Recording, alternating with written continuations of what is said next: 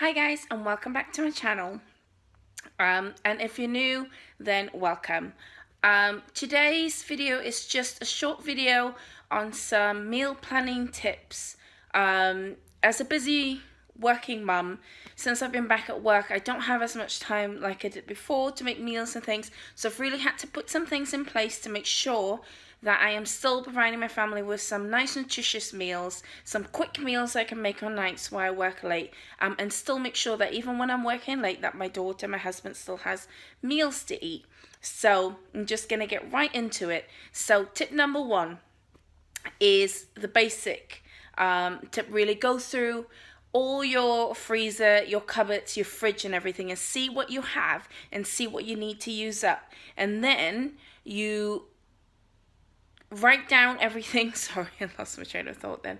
You write down everything that you have, or make a mental note, or use your phone and just write down everything that needs using up to see what you have in your cupboards. Because more often than not, we've got so much stuff that we forget about in our cupboards and just run to the shops. So that's a challenge in itself, is to see what you have to use up first.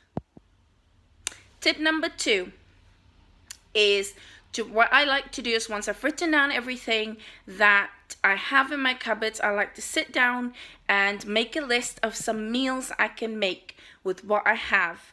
And this is not to come up with random meals, but what I like to do is just sit down and see what I can make with what I already have. And I like to look through Pinterest. Often I sort of have an idea of what I want to make off the top of my head, some made up recipes, because often I like to just see what I can make with what I have, and just make a quick list of like different meals that you can make with what you have, before you even consider buying things, because often what you have, you can make quite a few meals with that. And I like to make a variety of things that I can bulk cook, things that are quick meals I can get ready in like 20-30 minutes, and also I like to put in a couple of slow cooker meals in there, because I do work later in evening some nights. Slow cooker meals are just helpful, and even if you don't work late, they are still really helpful. So that is tip number two.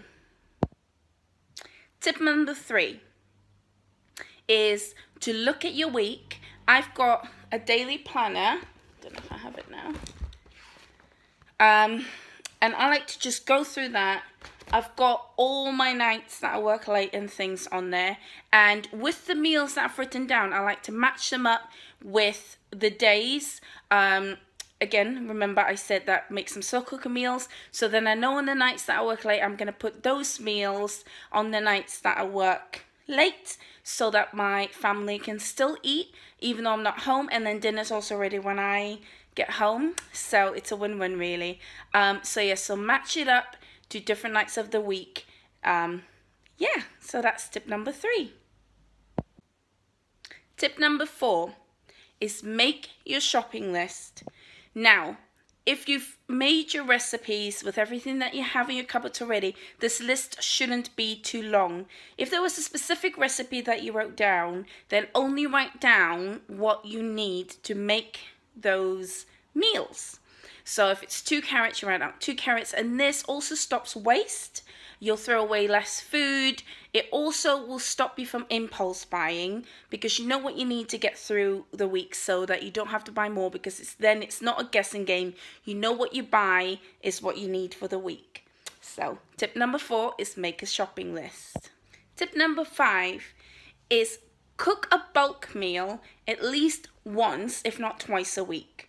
And this really, really saves on time as a busy working mum, and not having enough time to, if I finish at 8 or 9 at night, I don't have time to come home and then cook dinner. And this really, really just saves so much time, because if you can eat the same meal twice in a week, it will save you so much time, will save you so much money and so much effort to just come home and know dinner is sorted, you just have to reheat it. It's amazing. And this has really been, and it's something that I've always done during the years, even before kids, but now I really, really find this to be handy. And also, if you don't want to use it for a meal, for evening meal the next day, it's good for lunches, or even if you want to freeze it for future. And this is really an essential part of my meal planning every week is to make sure that I have at least one meal I can bulk cook for lunches or for dinner the next day. So that's tip number 5. Tip number 6. Tip number 6 is just something that helps with your family, is to physically write down your meal plan for that week. And this really just helps everyone to know in the family, in the house or whoever you live with, to know what you're going to have. And this is also helpful for my husband, because on nights where I'm not home and have not put on the slow cooker or prepared dinner or bulk cooked or all those things I have in place, if for whatever reason I've not done it, my husband knows what needs to be cooked that night, because our meals aren't very elaborate when I work. So it's often simple things that even my husband can make, and then he knows that that is what needs to be made for dinner because those ingredients are already in the house. And I just use this like book that I bought off Amazon. I don't know if you can see. Maybe a bit. And it's just literally like a paperback book, and it's got the days of the week in there and then a shopping list as well, so I can do both at the same time. And once I'm done, I just rip out my page and I stick it on the freezer where everyone can see what we're having. And I know as well, and there's not a faff every night to think about what's for dinner, and everyone can see what we're having.